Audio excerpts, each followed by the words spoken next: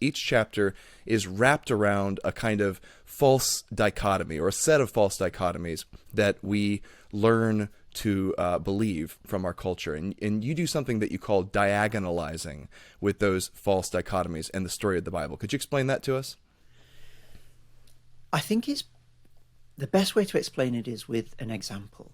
And I think that the best example that I found that makes it the clearest is right from the beginning of the Bible, in the image of God motif. So let's start with the motif and then look what modern society does, and then come back to what diagonalization is. So the image of God motif has at least two really important things that it's doing. The first one is that it's dignifying human beings. Of everything in the whole created order, only human beings are in the image of God. So a beautiful concerto is not in the image of God. A wonderful sunset is not in the image of God. The most cherished home pet, an animal, is not, according to Genesis 1, in the image of God. And so there's an incredible dignity and worth ascribed to human beings through this image. But there's also a humbling of human beings in this same image of God, because precisely we're not God. We are the image of God. We're contingent, we're derivative. In order to understand us, you need to know the God in whose image we are. We're not self-defining. And there's no sense in the image of God motif that these two things are in conflict with one another. It's not that we're sort of half dignified, but that comes to a screeching halt at some point, and then, oh no, now we're being humbled and we can't have the dignity anymore. There's a harmony between the exaltation and the humbling. And this is true even before the fall.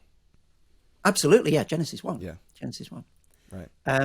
And there's a sense in which modern anthropologies reflect in a strange way usually one or another of those impetuses. So there's a very important strand of modern anthropology that will say we need to understand that we are nothing more than sophisticated machines. We may not like the idea, but we need, in Bertrand Russell's language, to open the windows and let the cold air of truth come rushing in and realize that we're just machines. And we may kid ourselves that there's something special about us, but there isn't. Or sometimes it will come out in the language that we're simply like the other animals. We're a more sophisticated animal, but there's nothing qualitatively different about us. And then there's, and that reflects the idea of a humbling. And there's an echo of truth that is getting at. Human beings were created on the same day as the animals. In Genesis 6, we are, Genesis 1, beg your pardon, we are on the creature side of the creator-creature distinction. So there's something there that is reaching for.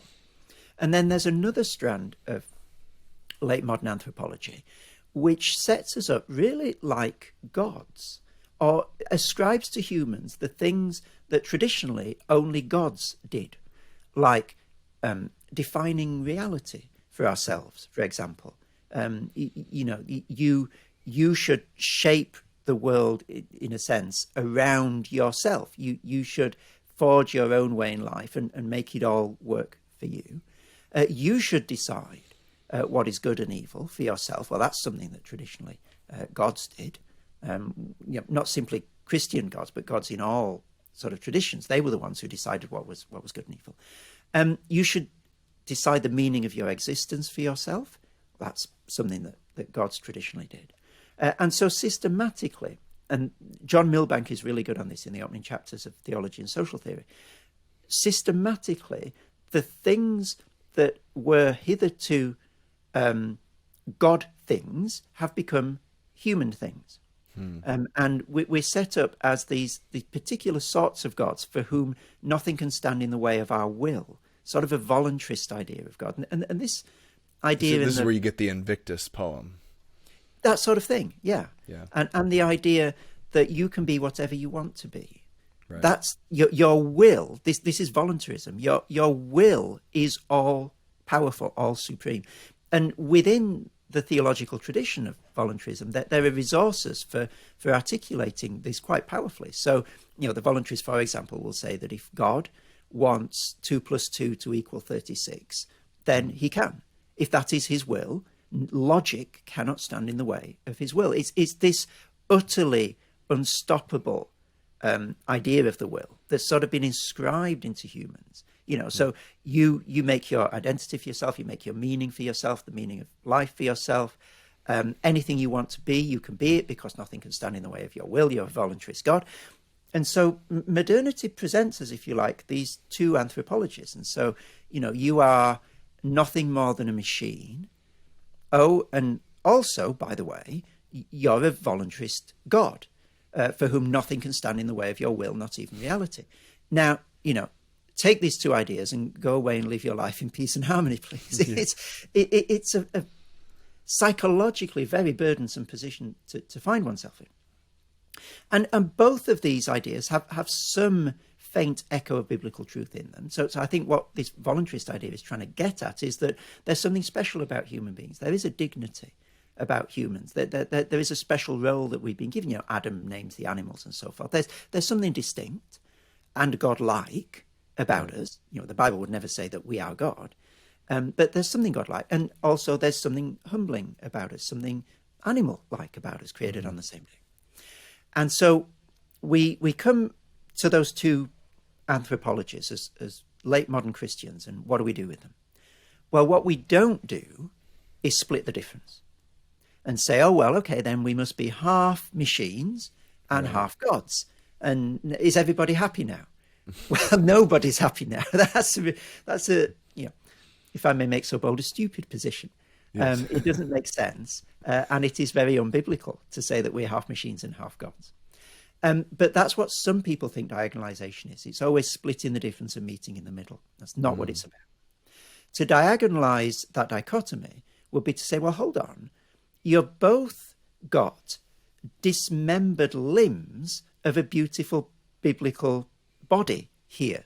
You've taken something that's there in Genesis 1, you've ripped it out of its context, you've made it the whole thing, and you've set it up against something else that's been ripped out of its Genesis 1 context, made the whole thing.